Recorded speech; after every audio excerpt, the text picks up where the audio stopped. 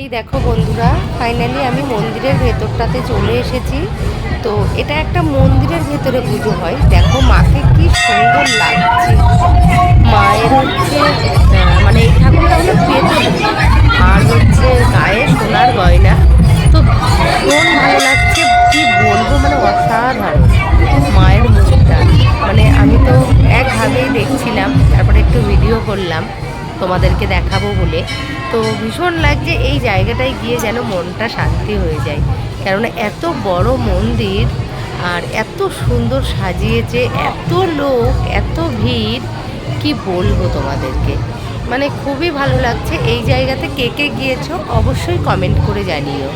আমার তো ভীষণ ভালো লেগেছে, আর কার কার ভালো লেগেছে এই জায়গাতে গিয়ে জানিও তোমরা। তো আমি আর তোমাদের দাদাভাই উঠেছিলাম। তো তোমাদের দাদাভাই ওই পাশের মন্দিরটাতে গেছে প্রণাম করতে।